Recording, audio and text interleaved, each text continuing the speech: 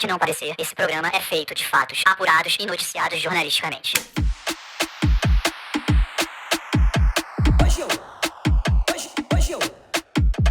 Pedro Duarte, que alegria, meu amiguinho, poder compartilhar ideias, visões de mundo com você, principalmente pensamentos de qualidade duvidosa. Tá bom. Muito obrigado, Vitor. Fico muito feliz de ser seu copiloto, né? Dessa nave louca chamada Brasil. Já tô, inclusive, com meu capacete, colete, cotoveleira, protetor labial, tudo pronto. Confiando aqui no manto de Nossa Senhora pra nos ajudar. Graças a Deus, ela vai passar na frente porque ela vai precisar de proteção hoje nessa loucura que vai ser esse episódio de hoje, porque foguete não tem ré. Frase boa, eu gosto dessa frase. Meu irmão, uma câmera na mão e uma ideia merda na cabeça. Vou começar assim. Porque esse era o lema da TV brasileira nos anos 90. Uma década inteira, com um gostinho de glutamato monossódico. Nossa, né? Senhora. Que embalou uma geração, Pedro. Nossa geração dos anos 90, aquela geração que apanhava quando deixava o copo cair, né? Tinha uma pedagogia diferente. Aqui, quando quebrava um copo, alguma coisa assim, pelo menos na minha família, é porque, tipo assim, era uma espécie de oferenda. Era pro santo, era pra tirar energia ruim, então o copo cair era coisa até boa. Como é bom ser criado num lugar com axé, né, cara? Tem essa percepção. Mas... Pô, comigo era só mãozada. Uma geração com a pedagogia diferente, né? Que não tinha esse axé. É verdade. E recentemente a gente tem visto uma série de documentários que explicam aqui pra... O pessoal fala geração Z, não, mas é a geração Enzo Valentina, né? Sim, sim. O tamanho de alguns ídolos daquela época, né? Que o pessoal hoje não tem a percepção. Como o tamanho da Xuxa, do Senna, Maurício Manieri. Não, Maurício Manieri. Débora Blando, pra mim é o Monte Rushmore. É verdade. Dos anos 90 no Brasil, assim, ó. O que toda essa gente tem em comum é que elas alimentavam uma máquina de entretenimento multimilionária chamada TV aberta.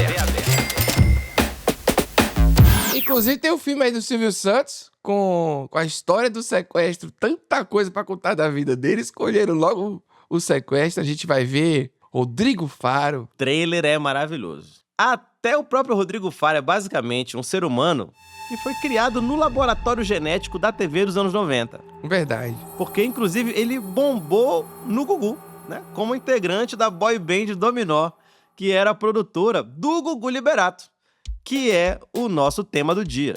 Gugu é o tema de hoje? Caramba, aí sim. Rapaz. Gugu Liberato é o nosso tema de hoje. Toca do Gugu, show de mágica do Gugu, laboratório de cientista do Gugu.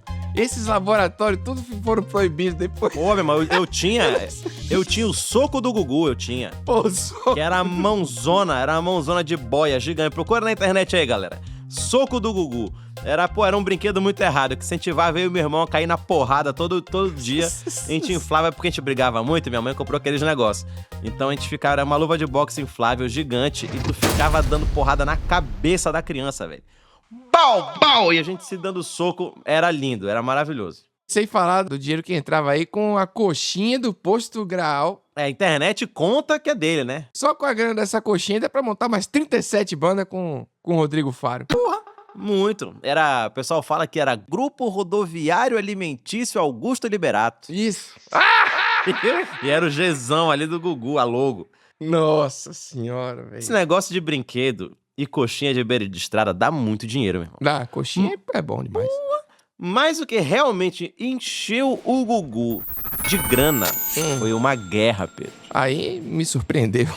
É, uma guerra que as novas gerações não conheceram. Onde as grandes vítimas foram o senso estético, a credibilidade jornalística e a carreira de um grande ídolo carismático. Olha que bonito. Não tem só a vinheta agora aí. É o que resta. O que dizer?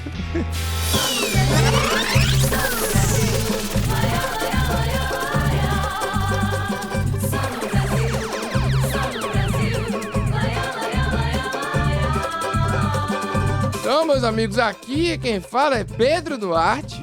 E apertem os cintos dessa viagem, porque eu sou o Vitor Camejo e hoje tem surra de cringe. Vixe. Da Wondering, esse é o Só no Brasil. E no episódio de hoje... PCC Legal! Pedro, Pois não. a partir do meio da década de 90, o Brasil viveu um período de estabilidade econômica. Era uma calmaria, nos anos ali tempestuosos, pós-inflação ali, plano real vingando.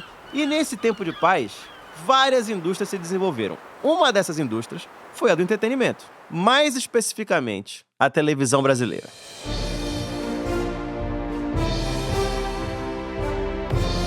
Essa fábrica de sonhos, né?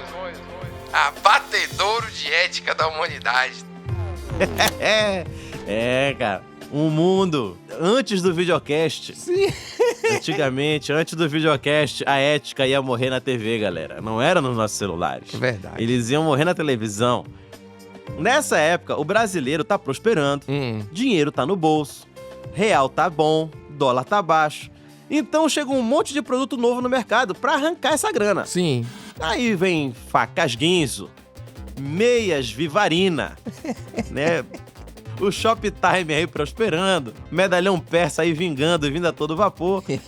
E a grande vitrine pra esse monte de tralha era a televisão, que era um meio de comunicação em massa que chega em todos os cantos desse país continental chamado Brasil Varonil. E a gente sabe que a propaganda é a alma do negócio. TV não desenvolveu essa parte, Vitor. Não tem alma, então logo são complementares, né? Como a TV não tem alma, empresta a alma do negócio, que é a propaganda, né? É isso. E tinham muitos peixes ali tentando abocanhar um pedaço dessa verba publicitária do país ali. É basicamente a... Tubarões. Tubarões. Era o Shark Tank ali da faca Guinso, né? Da meia Vivarina. Mas a disputa pelo dinheiro grande mesmo ficava entre dois desses tubarões aí que a gente estava falando, que se enfrentavam todo domingo, feito dois gladiadores, fora de forma. Os gladiadores do shape alternativo, Gugu Liberato e Fausto Silva, o famoso Faustão. Ô, louco, meu! E esses dois atletas das cifras e do entretenimento, eles corriam atrás dos famigerados pontos de audiência. Olha aí. Né? Porque todo mundo já ouviu falar disso também, que é quanto mais alto o índice, mais publicidade pro canal e com isso, zeros a mais na conta dos apresentadores, do diretor, do produtor, né? Obviamente, nesse caso, estamos falando de Roberto Marinho e Silvio Santos, né? O homem do baú. O domingo, né, era essa coisa sempre muito preciosa para o SBT. Acho que tem uma geração nascida que de repente nasceu depois de 2010 não experimentou tanto isso. Mas... Essa é a Cristina Padiglione, jornalista que cobre televisão há mais de 30 anos. A TV aberta era um veículo único, né? Você não tinha streaming, não tinha TV paga. Então, nos anos 90, o Gugu tinha uma relevância imensa. Ele dividia com o Faustão, que ocupava as tardes de domingo na Globo. Acho que dá para dizer que 70%, pelo menos, do público do país se ocupava de estar em algum dos dois programas naquele horário, na tarde de domingo. O Faustão chegava a 30, 33 pontos de audiência, e o Gugu, em algumas ocasiões, rivalizou com o Faustão nessa mesma medida. E quando a gente fala 30 pontos, é 30% dos domicílios com TV. Então, era realmente uma fatia de público que a gente não tem hoje, né? E na virada dos anos 90 para os anos 2000, essa rinha pela audiência derrapou forte nas curvas da vacilação. Caiu no barranco da ilegalidade, capotou no desfiladeiro de glória, nos trazendo até hoje gostosas gargalhadas, Pedro. E bastante vergonha alheia também, né? Com a graça de Deus. Hoje a gente sente vergonha alheia. Na época, não sei se sentia. É verdade. Na época, eu acho que era só um sentimento de estar maravilhado com a coisa assim. Que, pô, o que tá acontecendo, velho? Hipnotizado, né? Hipnotizado. Era esse sentimento. Era tipo, você tá vendo a aurora boreal da desgraça aqui na tua frente. Exato. Por que o Van Damme está sarrando com a Gretchen? Isso. Na TV, isso aconteceu. Só agora a gente olha pra trás e vê, rapaz, que loucura. Muitas bundas e sungas. Era uma coisa inacreditável. Era a mais perfeita definição da palavra cringe que os jovens têm hoje em dia. É verdade. Só não tinha essa palavra, mas o sentimento já estava no coração. É isso. O Domingão do Faustão foi criado em 1989, já com a missão de frear a audiência do programa Silvio Santos. Quando o próprio Silvio trocou a Globo pela Tupi, isso vários anos antes, esse horário do domingo da emissora tinha ficado sem muita identidade ali. E ficava perdendo feio ali, tomando pau na audiência pro SBT, que é a emissora que o Silvio fundou depois de uma história que rende aí mais uns 18 podcasts. E mais uns 4 filmes aí do Rodrigo Faro, Vitor. Ou, como diria Silvio Santos, mais filme do Rodrigo Faro. Isso aí, pra ficar claro aí pra todo mundo, querido ouvinte de várias gerações, foi na época que o Silvio Santos ficava o dia inteiro no ar, entendeu? Tipo assim, mudava a programação, mudava o que tava acontecendo, mas ele tava ali apresentando o tempo todo, era o multiverso do Silvio Santos. E é por isso que eu acho que todas as vovós, elas são apaixonadas por Silvio, porque, né, conviviam com ele o dia inteiro, literalmente. Com certeza. Tanto é que tem uma época que eles desistem de batizar os programas e vira programa Silvio Santos. Né? É verdade. Ninguém... Ah, cara, não interessa se é Porta da Esperança, Nome do Amor, qual é Silvio Santos? Programa Silvio Santos e acabou. Vai! Pode trepar aqui. Não, tá louco? Vamos lá! E aí surge um novo Pokémon. A Wild Fausto Silva appears. Lá pro meio da década de 90, o Faustão reinava absoluto ali com as Olimpíadas, vídeo cacetada, que é um fardo que nem o Luciano Huck se livrou, tá ainda tendo que cantar vídeo cacetada até hoje. Mas o senhor Cenoura Bravanel estava ali, de tocaia, na surdina, chocando o ovo de um pintinho amarelinho. Que frase maravilhosa e triste ao mesmo tempo. O Gugu tem uma história antiga com o SBT, que começa quando ele tinha 14 anos e escrevia carta pra emissora sugerindo o programa. E era tanta insistência que o Silvio acabou contratando ele em 1973 pra ser produtor do Domingo no Parque, que era apresentado por quem? Adivinha? Claro, pelo Homem do Baú. Oi! E a partir daí, o nosso loiro de cabelinho tigelinha, cabelinho de criança de 4 anos, só cresceu no SBT, né? Ele estreou na frente das câmeras em 1981 e bombou em 1982 com o programa Viva a Noite. E esse foi o palco lendário por onde passaram a Dança do Pintinho Amarelinho, Rambo Brasileiro, que era um concurso pra eleger a versão tupiniquim aí do Rambo. A gente tinha que ter o Rambo brasileiro, como é que não... Pô, isso é bom demais, pô. Maravilhoso. E também tinha um quadro maravilhoso. Esse eu invejo, pra mim esse tinha que continuar. Eu vou fazer a defesa pública aqui desse quadro, que era o quadro Sonho Maluco. Sim. Que obviamente era a realização de um sonho muito maluco. A pessoa sonhava e contava, eu sonhei isso e aquilo. E a gente fazia acontecer essa maluquice. Não, o poder da TV fazia, né? Isso acontecer. Eu vi um vídeo recente no YouTube desse quadro, ó, que é o seguinte: a espectadora Margarete, olha o sonho maluco dela. Ela queria ver uma cena de filme de ação com o cantor Agnaldo Timóteo. Que ele estaria dentro de um carro atravessando um outdoor estampado com a foto do também cantor Giliardi.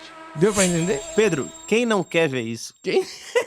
Não é só a Margarete, é o Brasil. Aí é o seguinte, velho. Aí hoje em dia qualquer menino de 12 anos no TikTok faz. Mas na época não, era o poder da TV. E você vendo a cena, você fica assim... Vai morrer, tá ligado? Porque não... É maravilhoso. O outdoor era bizarro. Era uma fotaça. Você tinha uma rampa no início, que era o carro pulando. E no outro lado, eu não via a rampa. Não tem nada. Então assim...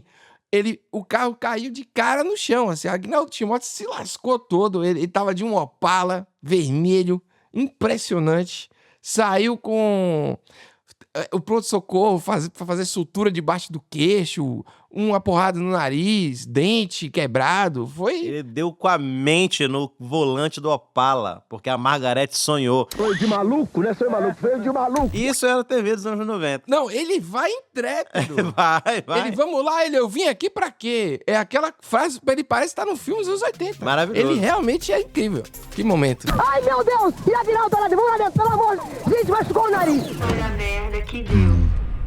Nos anos 80, o senhor Gugu Liberato era uma estrela em ascensão, que enchia os cofres do patrão de dinheiro e o SBT de energia nova, diferente de todos os programas do Silvio Santos que já estavam no ar há décadas e que só tinha o Silvio Santos. Sim. O Silvio, então, decidiu colocar o Gugu pra brigar pela maior fatia de publicidade da TV. O Domingo à Tarde, que virou, então, a casa do Gugu e do programa Domingo Legal!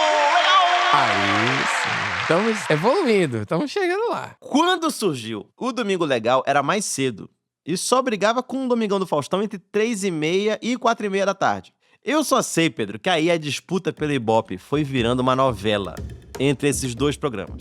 Cada um tinha suas armas e usava pra bombardear sem dó nem piedade a audiência do outro. Ei. O Domingo Legal saiu com a banheira do Gugu em 95. E aí virou aquele hit, né? Como é que pode? Porra. Né? Pô, como é que o Brasil não vai gostar daquilo? Rapaz. Não é? Se você passou as últimas 3 décadas em coma, ou estado criogênico, ou não sabe o que era a banheira do Gugu, meu irmão, imagine você.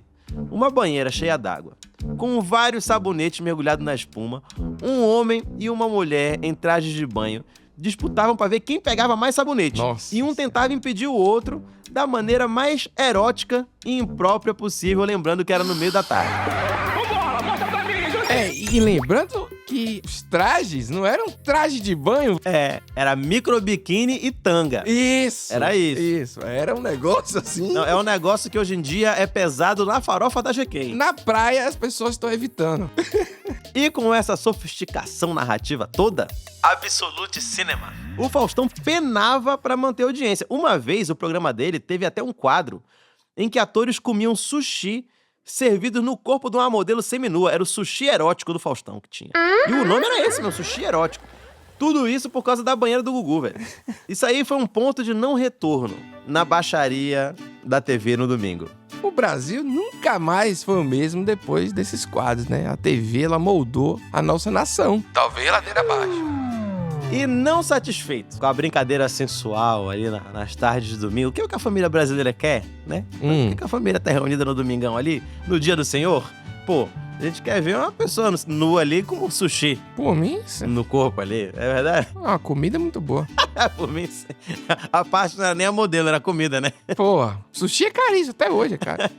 Eu sei que nesse meio campo aí, o Gugu emplacou outra, onde ele levou a família Lobisomem pra uma entrevista no palco. Que coisa. Isso aí, cara, foi um baixo astral, assim. As pessoas dessa família sofriam de uma síndrome conhecida como hipertricose, que é uma doença rara que faz com que pelos cresçam no corpo ali, tudo maluco. Cresce pelo no corpo inteiro de forma desordenada. Então o rosto deles era cheio de pelo.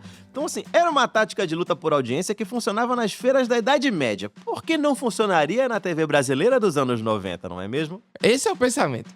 É isso, pô. Tem coisas que não mudam nunca. Não muda. Pra que mudar, né? Agora, Pedro, como é que você acha que o Faustão respondeu a isso? Ah, pelo amor de Deus. Não sei, segue aí. Porque não tem resposta a isso. Isso aí já é um show, é um circo. Parte ruim da história do circo.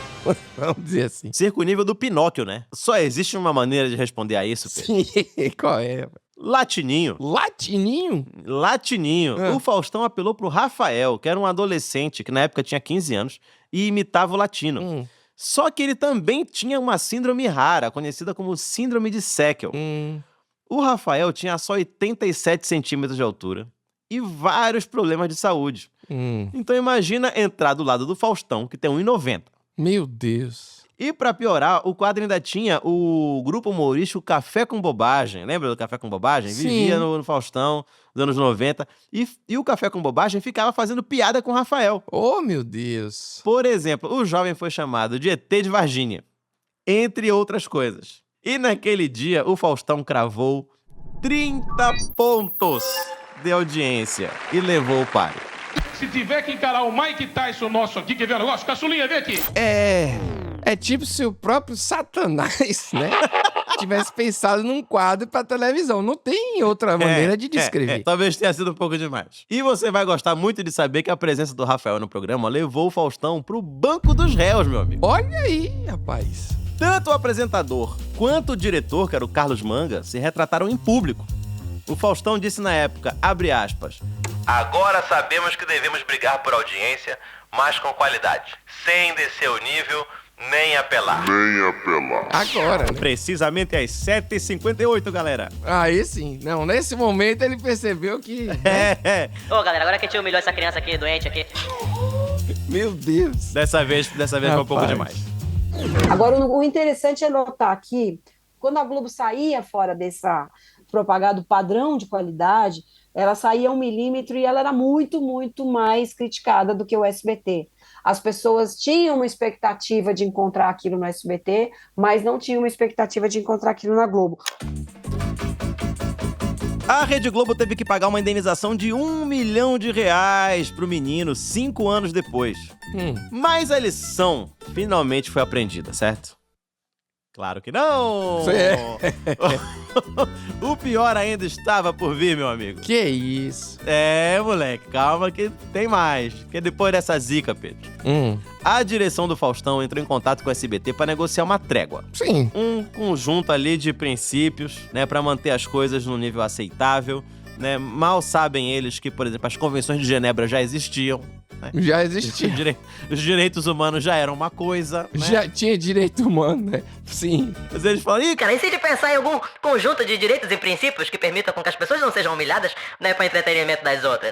Daí, realmente, a negociação rolou. Só que o SBT não topou esse trato. Oh! E chamou a tentativa de negociação de censura. Toda vez que tem alguma coisa que você não gosta, você diz que é censura. Tá fácil, né? A carta armadilha, você tem uma carta virada pra baixo, opa, é censura.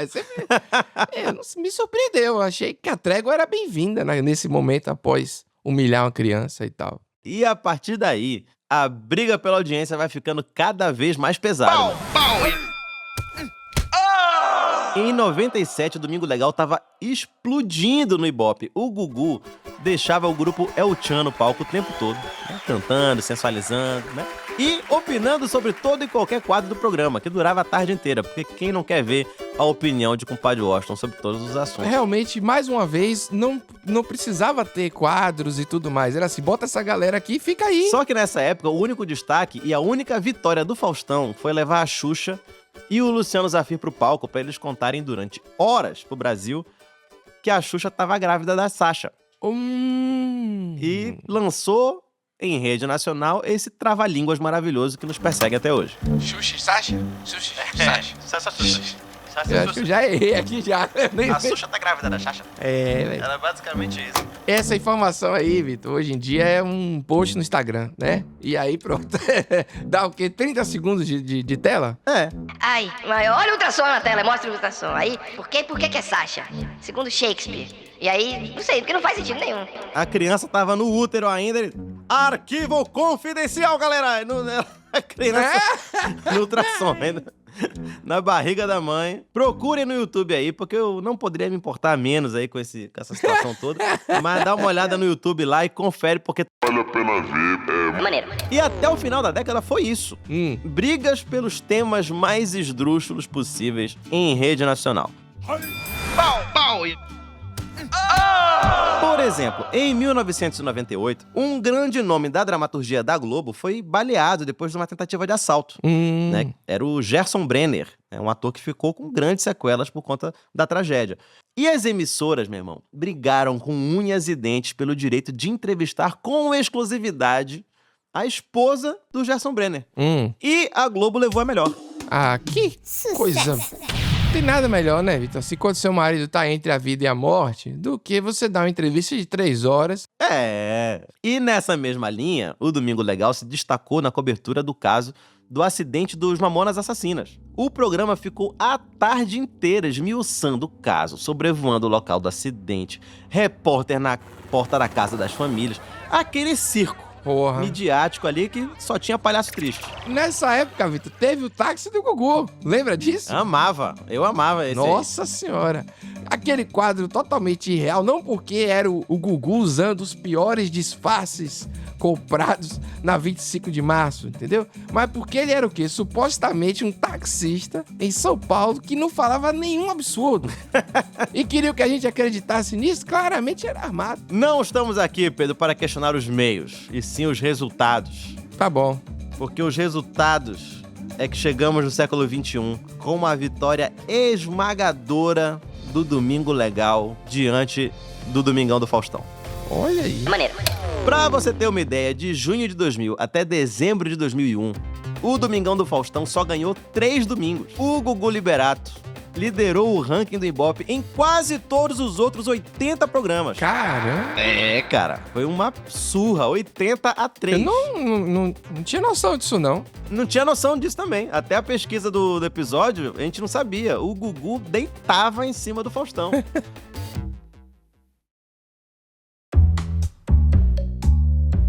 Só que além da Globo, Pedro, tinha uma outra pedra no caminho do SBT.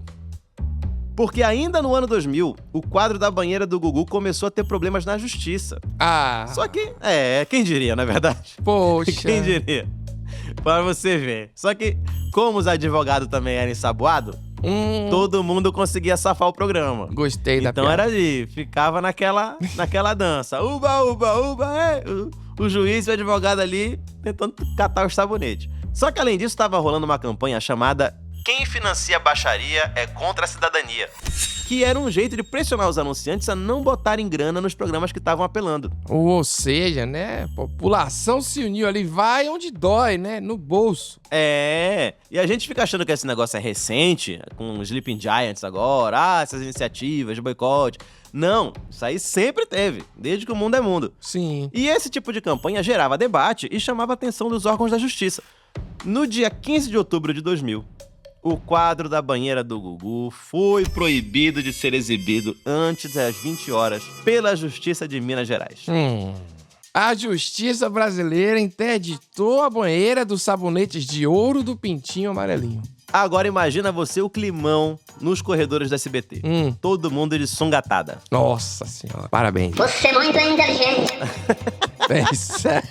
E nunca mais essa expressão vai ser usada de uma maneira tão precisa quanto nesse caso. Não, maravilhoso. Nunca. Isso aí foi perfeito. A reação do Gugu foi uma típica reação SBT, né? É quase inacreditável, porque não tem como fazer isso hoje. Mas é uma parada que o SBT fazia muito nessa época. No domingo seguinte, depois da decisão da justiça, não teve banheira. E no lugar, simplesmente, Gugu passou trechos da novela Uga Uga, da Globo, que tinha um monte de gente semi-pelada. Rapaz, surreal. Você botava o rapaz da Malhação, Cláudio Reines, Cláudio Reis. de tanguinha, falando como se fosse um Tarzan loiro. Que loucura. Não é? Era tipo, por que os caras podem e a gente não pode também? Eu não estou concordando nem discordando, eu estou dizendo que foi um bom argumento. Os caras usaram, né? Gostei. Parabéns ao SBT pela ousadia de defender a quase pornografia no domingo de tarde. Poucas pessoas foram tão longe de defendendo o soft porn nas tardes do Brasil. Pô, deixa lá, pô. Que isso? Era um jeito muito sutil ali de dizer que a concorrência... Sutil? Ali, nas entrelinhas. Eles estavam dizendo que a concorrência também lucrava com mulheres de biquíni e homens sem camisa musculosos e não era punida, né? E tome Daniele Vinicic seminua e Marcos Pasquim com seu peito cabeludo de fora. É famosíssimo. Peito cabeludo marcou uma geração, né? Tá aí. Com certeza. O que a gente aprende, Vitor, com essa briga aí de audiência é que as emissoras elas vão ficando mais sutis, né? Sofisticadas, né? Nada tá na superfície, tudo se esconde debaixo de uma grossa camada de ambiguidade. A elegância do recado fica acima de tudo. E o problema continuava, tá? Porque essa resposta do Gugu não era sustentável no longo prazo. Era uma provocação ali na hora, não dava pra passar o Uga-Uga todo domingo, no Domingo Legal também. E a Globo não respondeu. A Globo deixou por isso, achou até bom, né? Passou a minha novela lá, foi propaganda, tá ótimo. Eles resolveram não processar o SBT pelo uso indevido das imagens da novela, inclusive. Então ele deixou por isso mesmo, assim, deixou passar. E teve também aquela treta entre Vasco e Globo, né? Que rolou uma atacada de mestre do grande Eurico Miranda, né? Lendário cartola do Vasco, que meteu um patrocínio do SBT na camisa do time no jogo que ia passar na Globo. É mesmo, velho. Era a final do Campeonato Brasileiro, a Globo tinha brigado com o Eurico e o Eurico, sem avisar ninguém, colocou o Vasco pra jogar com a logo do SBT na camisa. Caramba! É o poder de uma banheira, hein, Vitor? Que é isso, meu irmão? E o SBT gosta da briga, né? Da confusão, cabaré pegando fogo. Só que a equipe do Domingo Legal ainda tinha mais um problema, que era, eles tinham que preencher aquele grande buraco. Sim. Deixado pela banheira do Gugu. E a pressão pra criar algo que continuasse animal e ibope era grande. Sim. Pô, o que a gente vai colocar no lugar da banheira do Gugu? A solução deles foi basicamente substituir o sensacionalismo sexual pelo sensacionalismo policial. Então, sempre que uma notícia bombástica pintava no domingo, o programa fazia uma cobertura ao vivo, com várias entradas de repórteres ali sedentos por sangue, suor, lágrima, clique, desespero e tudo que há de bom. E foi numa dessas entradas que o Gugu apresentou pro Brasil um monstro que estava dormindo, Pedro. Estava escondido dos olhos da população brasileira. E uma dessas rebeliões, em 2001, parou 27 unidades prisionais, né? 24 cadeias e 3 delegacias, porque naquela época os presos ainda ficavam um bom tempo presos em delegacias. O PCC apareceu pela primeira vez. E era um domingo, dia de visita, porque depois de 1992, no massacre do Carandiru, toda rebelião que acontecia tinha que ter refém para que a polícia não entrasse. Esse aí é o Joel Paviotti, que é cientista social e apresentador do canal Iconografia da História, que faz uma excelente cobertura da história da segurança pública nesse Brasilzão de meu Deus. Foi uma das alterações que teve também, né, quando a gente está falando desse massacre. Nesse 2001, o dia que eles fizeram essa rebelião foi num domingo. E era um domingo mais ou menos depois do horário da visita, 1h da tarde. Domingo à tarde, lembrando que era bem a hora do Domingo Legal, então o Gugu tava no ar. E ele tinha feito uma matéria, uns dias antes, sobre a Simone, que era aquela cantora famosa, mas ela namorava na época com o Afro X, que era um membro do grupo de rap 509E, né? Que tinha o Dexter, tudo, que foi montado ali dentro do Carandiru. E ela estava fazendo uma visita lá na casa dele em São Paulo. E o Gugu, esperto como era, inteligente como era, para captar coisas interessantes, meteu o comandante Hamilton em cima do presídio do Carandiru no domingo à tarde. E praticamente foi o Gugu que apresentou para o país, né, em rede nacional, ao vivo, o primeiro comando da capital. Mas aí, Vitor, você tá me dando esse contexto, entendeu? Você tá aí falando, me segurando aqui. E podcast é sobre o quê? True Brazilian Crime. Já viu True Brazilian? Até demais. Cadê o crime, meu amigo? Vamos lá, pô. Calma, rapaz, calma que eu tô segurando a audiência, Pedro. Aqui é a TV dos anos 90, cara. Entendi. Fica com a gente. Logo a gente vai revelar o que tem dentro dessa caixa aqui. Fica comigo. Você vai ver, você não vai acreditar no que tá escondido aqui dentro. É assim mesmo. Já começa a maluquice brasileira pelo fato de que, basicamente, quem apresentou o PCC pro Brasil foi Gugu Liberato. Ele foi o cara que introduziu o PCC pro brasileiro conhecer. E entre 2002 e 2003, o estado de São Paulo passou por um perrengue sem precedentes. Porque vários atentados organizados pelo PCC deixaram 6 pessoas mortas. Nossa. Além da depredação de bases policiais, de prédios públicos. E o pessoal do Domingo Legal achou por bem investigar o assunto. Jornalismo, compromisso. Jornalismo verdade. O Gugu contou que um produtor apareceu com uma pauta que era entrevistar 2 membros do PCC. Lembrando que o PCC era novidade. A novidade estava quente, ninguém sabia direito quem era, de onde vinha. E a produção teria então feito contato com os bandidos e combinado a gravação. E, de novo, segundo o Gugu, o material foi editado na correria e foi colocado no ar no domingo 7 de setembro de 2003. Olha que dia significativo. Que maravilhoso. Sem que ele visse antes. E o conteúdo era bombástico. Agora imagina, Pedro. O vídeo é rodado numa van, tipo aquelas van perua de escola. Sim. Sabe? E dentro do veículo tinham 2 homens armados, encapuzados, que se identificavam como Alfa e Beta. Ah, pelo amor de Deus. É. Tá. Esses caras, no vídeo, começam a fazer ameaça de morte a várias personalidades importantes da época. Por exemplo, eles ameaçaram de morte o Datena, o Marcelo Rezende, Oscar Roberto Godoy, o então vice-prefeito de São Paulo, Hélio Bicudo, o jornalista Milton Neves e o padre Marcelo Rossi. Porra! É. Estado, igreja, né? Esporte. Exatamente. Todo o tabuleiro do xadrez, a torre, o bispo, o cavalo, todo mundo tava ameaçado. E os bandidos, além de ameaçarem eles, estavam ameaçando as famílias deles também. Sobrou até pro padre, né? O padre, na época, que não era malhado, ele só vendia muito CD. Era só um cantor, não era um bodybuilder. Bodybuilder, isso. Caramba. Na semana anterior, o padre Marcelo Rossi, nesse caso, tinha sofrido uma tentativa de sequestro. E o Alfa e o Beta assumiram o sequestro. Não é possível. Na TV. E a entrevista, meu irmão, caiu feito uma bomba no coração do Brasil. Todo mundo se desesperou, acabou chamando muito mais atenção do que o pessoal do programa esperava. Toda a mídia do Brasil caiu matando, especialmente por 2 motivos. Primeiro, pela óbvia falta de ética de dar espaço para potenciais criminosos de alta periculosidade na TV, o que os nossos mesacasts já fazem cotidianamente hoje em dia. É a briga pela audiência. Não pode dar prova pra maluco, mas o maluco dá audiência. O maluco às vezes tem até o videocast deles. E o segundo motivo é aquele com um temperinho gostoso para quem entendia minimamente do assunto. Os entrevistados eram claramente amadores. Porque o papo não foi nada convincente. O Alfa e o Beta não usavam a linguagem e os jargões da cadeia, nem se comportavam como faccionados.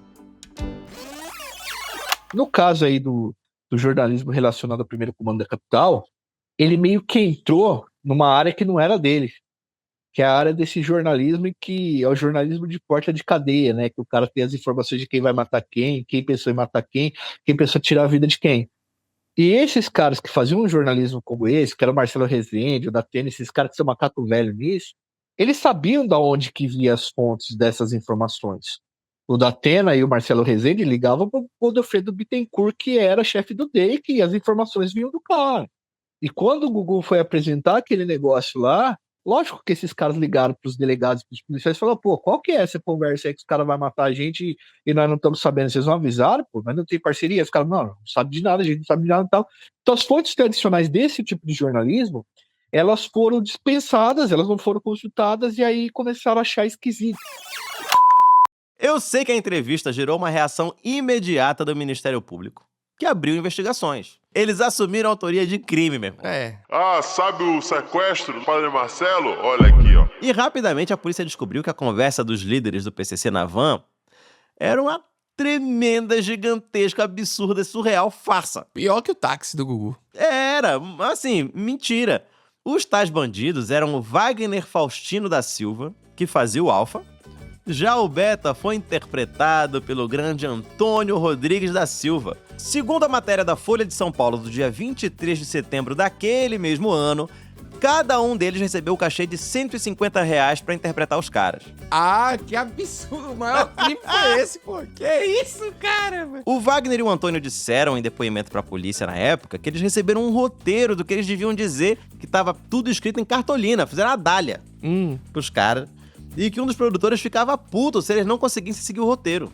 E o responsável pela intermediação entre a produção do programa e os temidos bandidos teria sido o ex-produtor e ex-ator de pegadinhas Hamilton Tadeu dos Santos, conhecido como Barney. E segundo um produtor do Domingo Legal, o Barney recebeu R$3.000 para fazer o contato e arranjar a entrevista. Aí vem aquela matemática boa aqui de fazer no guardanapo do boteco. Vamos fazer aqui, né? Eu recebo 3 mil, eu gasto 300 de cachê no total pros caras, 200 de aluguel da van, né, do Robson, fica 2.500 no meu bolso, né? Quem é que resiste, Vitor? E ainda mais tendo o poder gigantesco do PCC. É muita tentação, cara, é tentador demais. E o Gugu fez o quê quando deu ruim esse negócio aí? Deu ruim, ele... Qual foi o... Meteu atestado, moleque. Mentira. Meteu atestado no SBT, desapareceu por uma semana. Caramba. Oficialmente, ele ficou cuidando do pai e da mãe que estavam doentes. Enquanto isso, o pau quebrava no canal do Silvio Santos. Uma semana depois da entrevista, a Petrobras cancelou uma campanha com o Gugu e o SBT, que estavam acertados lá, e tinha um orçamento em torno de R$1.700.000. Caramba! Outros anunciantes pularam fora do programa e o faturamento do Domingo Legal despencou de 750 mil para 400 mil em 15 dias. Quase metade. Quem inventou esse quadro aí não tava de boa fé não, viu? Pesou no bolso do Silvio, né? Pois é, rapaz. Além disso, tinha um papo que o Silvio podia até perder a concessão do SBT. Caramba! Que é uma coisa pública e não pode ser usada para esse tipo de conteúdo. O Silvio Santos sempre foi esse cara super governista, né? Fazia a semana do presidente, não sei se... até o governo Fernando Henrique, ele fez a semana do presidente. Recentemente apoiou o governo Bolsonaro e, assim, eleito Lula, as filhas foram lá beijar a mão do Lula. Então sempre foi esse cara super governista com muito medo de perder concessão. Na época do governo Bolsonaro, até ele divulgou, fez questão de divulgar essa frase. Ele considera o presidente tinha uma espécie de patrão dele. Ele trata o cara que ocupa a cadeira da presidência como se fosse o dono da caneta, né? Ele não vê aquilo como Estado, ele vê aquilo como o patrão do patrão, é mais ou menos isso. E aí, meu irmão, Gugu estava contra a parede. Não abria a boca, mas a mídia e a opinião pública estavam furiosas, meu. Sim. Especialmente a galera que foi ameaçada e exposta durante a entrevista falsa. Ele não ia conseguir ficar na miúda por muito tempo. Ele passou por um tempo aí de reflexão, a gente sabe, né? Ele tava pensando em algum brinquedo licenciado, alguma coisa assim, tipo, não, se eu vendesse esse socão aqui, vai cobrir o prejuízo. Foi tipo o boneco jornalista investigativo do Gugu, basicamente. O Roberto Cabrini do Gugu. Que ideia maravilhosa, um boneco de jornalista investigativo, né, de cabelinho loiro, que ele tem uma turminha junto com ele ainda, assim, o arquivista do Gugu, o ombudsman do Gugu, a Débora. Débora é só a boneca do compliance. É a galera toda ali que fica por trás, né? Isso. Os acessórios todos vendidos separadamente. Advogado do Gugu. A petição do Gugu. É isso.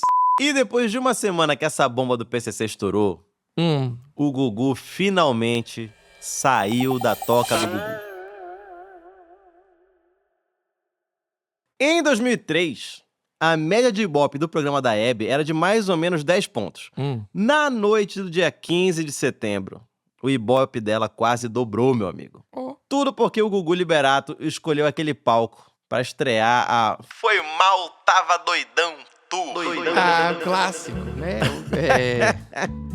É um palco bom pra você. E é tipo o que eles fazem nos Estados Unidos com a Oprah, né? A pessoa acontece alguma coisa e vai lá falar.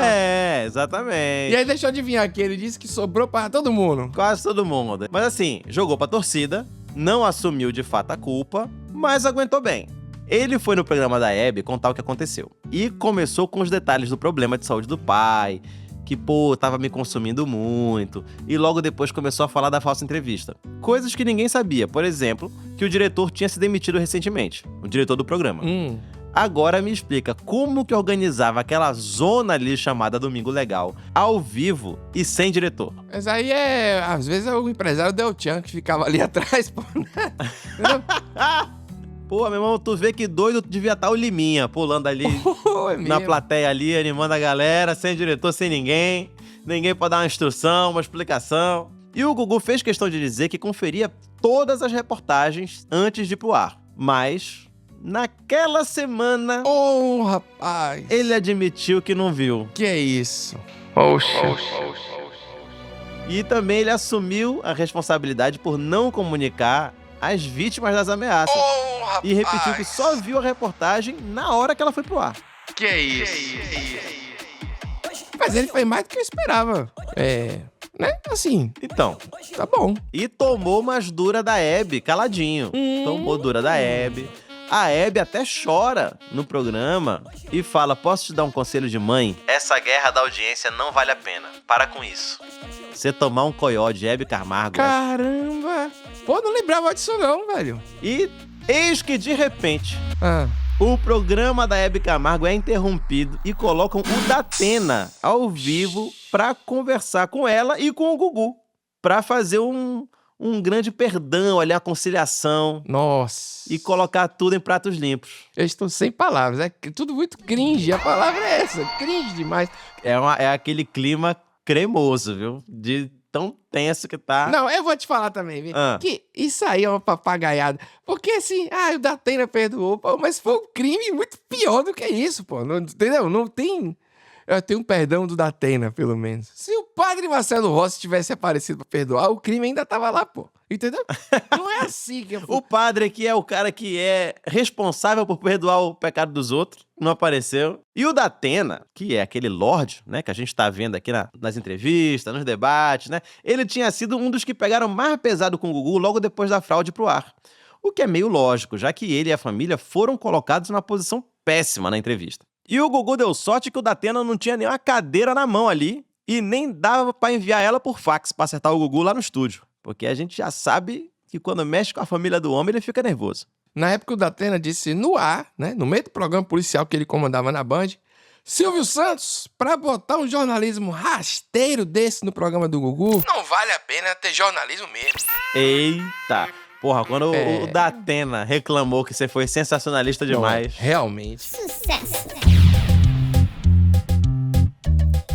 foi um pouco além. O Marcelo Rezende foi outro, ameaçado na entrevista falsa. Na época, ele comandava o Repórter Cidadão da Rede TV e também dedicou vários minutos do programa pra fraude do Gugu. Sim. E o Marcelo Rezende, inclusive, chamou o então vice-prefeito Hélio Bicudo, que também tinha sido ameaçado pelo Alfa e pelo Beta, pra uma conversa ao vivo. Ó, sem querer querendo, o Gugu deu muito conteúdo pra um monte de programa, viu? Sim. Fez render a vida de todo mundo. É isso, a audiência bombou em vários lugares aí depois. Chamando o Hélio Bicudo lá. Coloca exclusivo aqui. Vamos falar com o Hélio Bicudo. Meu Deus.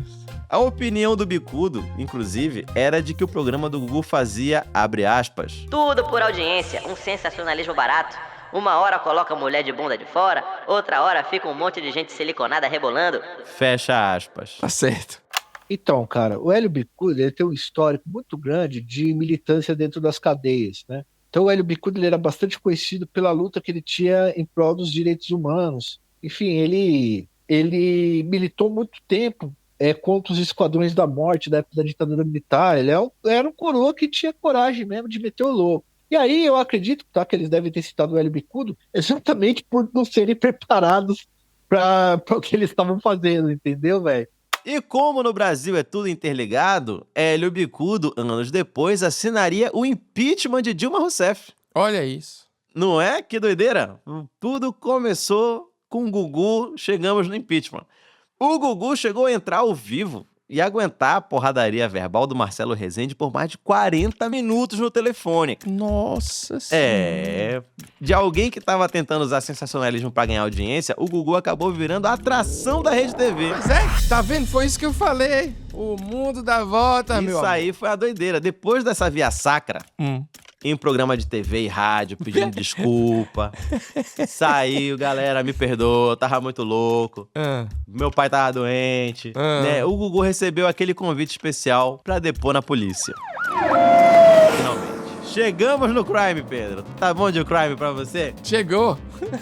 Não. Agora temos o crime aqui até o pescoço. Isso, agora sim.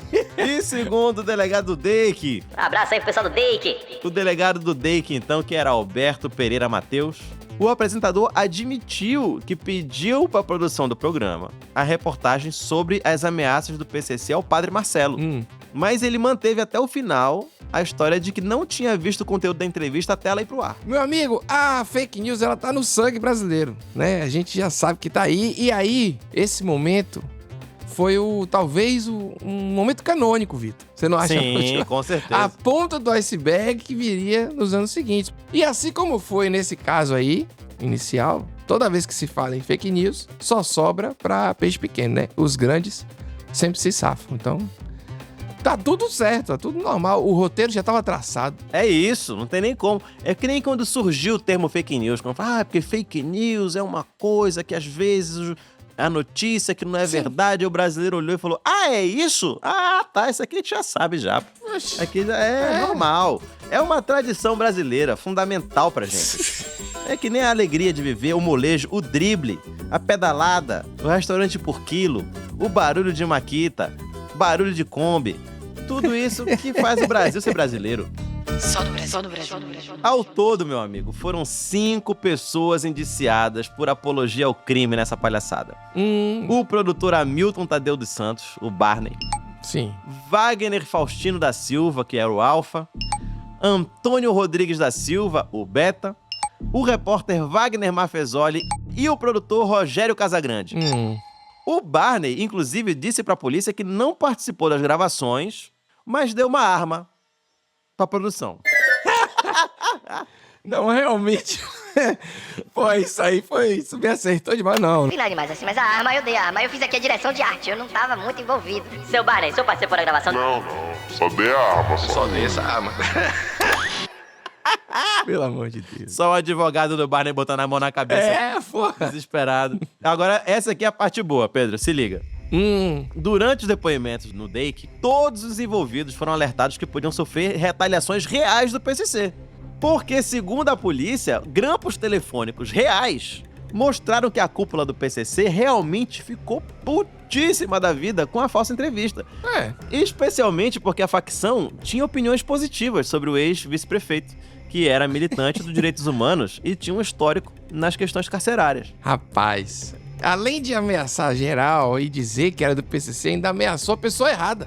Que era tipo a pessoa que eles não ameaçariam na vida real, vamos dizer assim, entendeu? Que maravilha, hein? Agora essa galera deve ter dormido uns 3 anos, talvez até hoje, um olho aberto e outro fechado.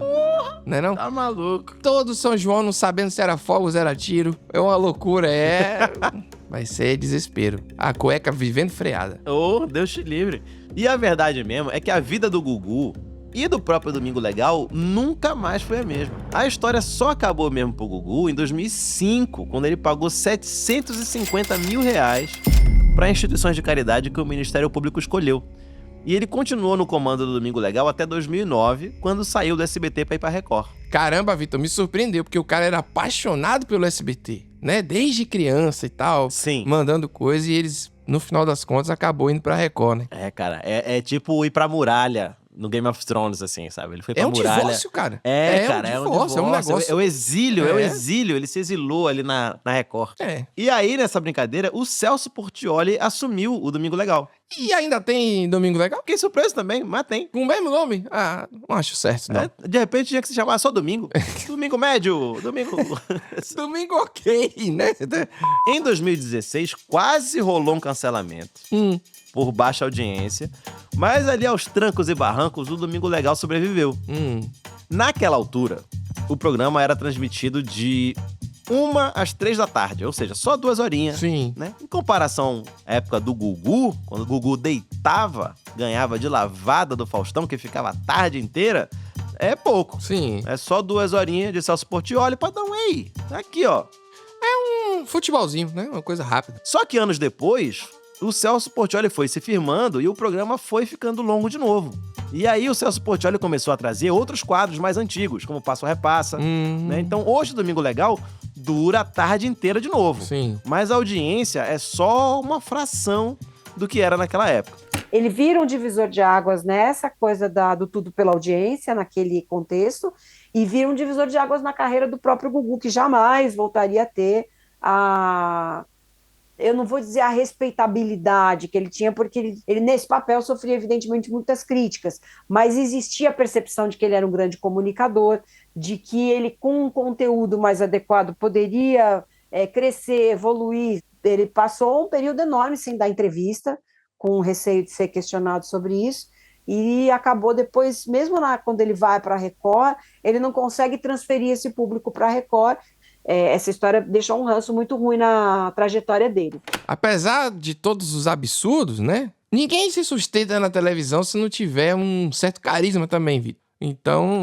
com certeza. Era dele o programa. Porque o Gugu, apesar de tudo, ele era um fenômeno mesmo. Sim, então... Ele era brabo. É isso.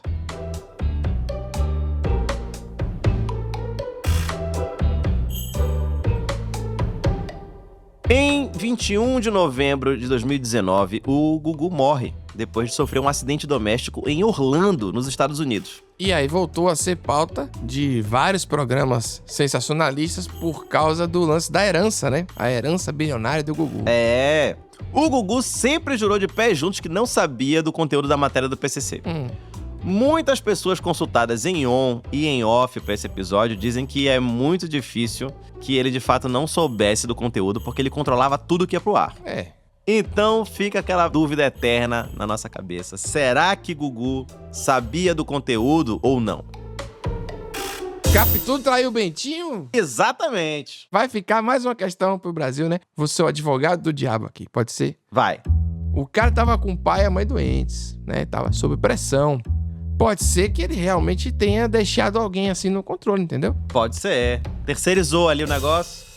Mas também tem quem acha que é muita inocência pensar que o Gugu não sabia de nada. Porque tem um detalhe muito importante aí. Sim. Aí é plot twist brasileiro, hein? O chefe de segurança do Gugu na época era o então Major Telhada, que depois virou parlamentar Coronel Telhada. E ele chegou a comandar a rota, que era a polícia de elite da PM paulista. Mas é impressionante, né? Cara. tudo se conecta no Brasil. Quando a gente pensa, não, vai ser só TV, vai ser só, sabe, uma coisa, entretenimento. Não, tem um major no meio. Tem um negócio. É, impressionante. Tem um coturno em algum lugar. É. E o Telhada se lascou bonito com essa história, viu? Porque, como assim? O programa do cara que ele trabalha tá falando com o PCC. O segurado do comandante da rota tá trocando ideia com o PCC. Que conversa é essa? Então, ele até disse num podcast recentemente que passou a maior dor de cabeça por causa desse episódio, que quase foi expulso da polícia e que até ficar provado que ele não tinha nada a ver com a farsa foi um inferno na Terra. Enquanto você tava falando aí, eu tava fingindo que tava escutando, eu inclusive achei aqui uma matéria no portal da Rede TV, a Rede de TV que mais cresce no Brasil. Ô, rapaz, imagina que não cresce, hein? É isso. Nessa matéria, Vitor, tem um depoimento do editor executivo e repórter do Domingo Legal, que fez a matéria do Alfa e Beta, o Wagner Mafezoli. Até 2019, veja só, viu? Um dia desse.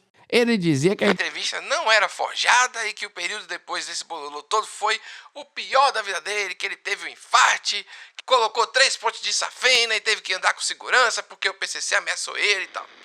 E aí, olha o que esse cara sofreu. Você não acha que ele diria se fosse fake? Entendeu? Não tem mais rabo preso. Então... Eu acho que a gente tem que ouvir a voz das ruas, Pedro. Certo. Por isso a gente vai jogar pra galera, nossos amigos ouvintes. Vocês acham que Gugu sabia ou não sabia do conteúdo chorumento da matéria falsa do PCC? Marca a gente nas redes, dá um jeito de chamar nossa atenção que a gente vai repostar e republicar as melhores teorias. @Victor Camejo e @Pedro H. Duarte. Dá um sinal de fumaça aí que a gente vê. Coloca a hashtag só no Brasil. Eu, inclusive, diria aqui que a gente pode repostar também as piores respostas. Com certeza. Já que é maluquice, vamos nessa. Abraçar mesmo. E quanto pior, melhor. Então, isso. Vamos postar as melhores e as piores respostas. Gostei, viu, Vitor? Foi uma viagem na nossa história, né? A história da TV que se mistura à história do Brasil, que se mistura à história do parlamento brasileiro também e do crime organizado. Realmente foi um episódio edificante. Com certeza. E explica muito do que é o Brasil, meu amigo. O poder que o entretenimento tem na vida do brasileiro. O poder que a tela demais. tem sobre a cabecinha dos nossos cidadãos. Mais uma vez... Provando que o meio é a mensagem, meu amigo. O meio da... Pô, esse daí é muito bonito. Agora todas as peças se encaixaram. Olha aí, citando livros. Não, realmente, que final maravilhoso, Vitor. Parabéns. Meu querido ouvinte, meu querido amigo Vitor, até semana que vem. Semana que vem já sabe, né? Estamos aqui de novo. É isso, estamos aqui de novo para mostrar mais uma vez que tem coisas que acontecem só no Brasil. Gostei. Um abraço.